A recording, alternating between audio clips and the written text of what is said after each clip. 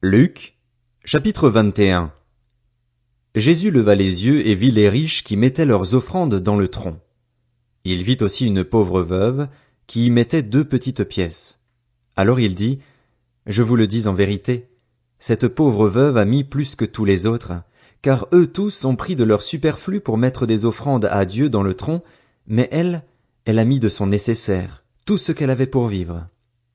Comme quelques-uns parlaient du temple, qui était orné de belles pierres et d'objets apportés en offrande, Jésus dit, Les jours viendront où il ne restera pas pierre sur pierre de ce que vous voyez, tout sera détruit. Ils lui demandèrent, Maître, quand donc cela arrivera-t-il et à quel signe reconnaîtra-t-on que ces événements vont se produire? Jésus répondit, Faites bien attention à ne pas vous laisser égarer. En effet, beaucoup viendront sous mon nom en disant, C'est moi, et le moment est arrivé. Ne les suivez donc pas. Quand vous entendrez parler de guerre et de soulèvement, ne vous laissez pas effrayer, car il faut que ces choses arrivent d'abord. Cependant, ce ne sera pas encore la fin. Puis il leur dit, Une nation se dressera contre une nation et un royaume contre un royaume. Il y aura de grands tremblements de terre en divers endroits, ainsi que des pestes et des famines. Il y aura des phénomènes terrifiants et de grands signes dans le ciel.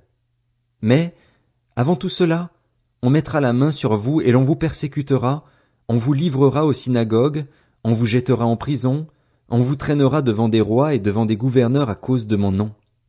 Cela vous donnera une occasion de témoignage. Mettez-vous donc dans l'esprit de ne pas préparer votre défense, car je vous donnerai des paroles et une sagesse telle qu'aucun de vos adversaires ne pourra s'y opposer ni les contredire. Vous serez trahis même par vos parents, par vos frères, par vos proches et par vos amis, et l'on fera mourir plusieurs d'entre vous. Vous serez détestés de tous à cause de mon nom, mais pas un seul cheveu de votre tête ne sera perdu. Par votre persévérance vous sauverez votre âme. Lorsque vous verrez Jérusalem encerclée par des armées, sachez que sa destruction est proche. Alors, que ceux qui seront en Judée s'enfuient dans les montagnes, que ceux qui seront à l'intérieur de Jérusalem en sortent, et que ceux qui seront dans les champs n'entrent pas dans la ville, car ce seront des jours de vengeance, où s'accomplira tout ce qui est écrit. Malheur aux femmes qui seront enceintes et à celles qui allaiteront durant ces jours-là, car il y aura une grande détresse dans le pays et de la colère contre ce peuple. Ils tomberont sous le tranchant de l'épée, ils seront emmenés prisonniers dans toutes les nations et Jérusalem sera piétinée par des non-juifs jusqu'à ce que la période accordée aux nations prenne fin. Il y aura des signes dans le soleil, dans la lune et dans les étoiles. Et sur la terre, les nations seront dans l'angoisse, épouvantées par le bruit de la mer et des vagues. Des hommes rendront l'âme de terreur dans l'attente de ce qui surviendra sur la terre, car les puissances célestes seront ébranlées. Alors on verra le Fils de l'homme venir sur une nuée avec beaucoup de puissance et de gloire.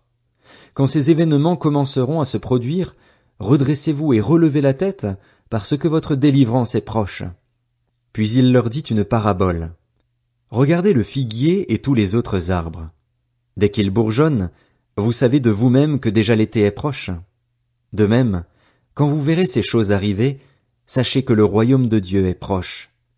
Je vous le dis en vérité, cette génération ne passera pas avant que tout cela n'arrive.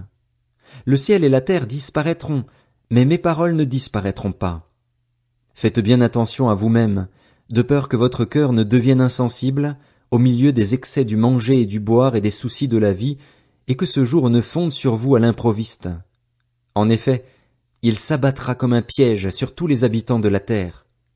Restez donc en éveil, priez en tout temps, afin d'avoir la force d'échapper à tous ces événements à venir et de vous présenter debout devant le Fils de l'homme. Pendant la journée, Jésus enseignait dans le temple, et il allait passer la nuit à la colline appelée Mont des Oliviers. Tout le peuple se rendait dès le matin vers lui dans le temple pour l'écouter.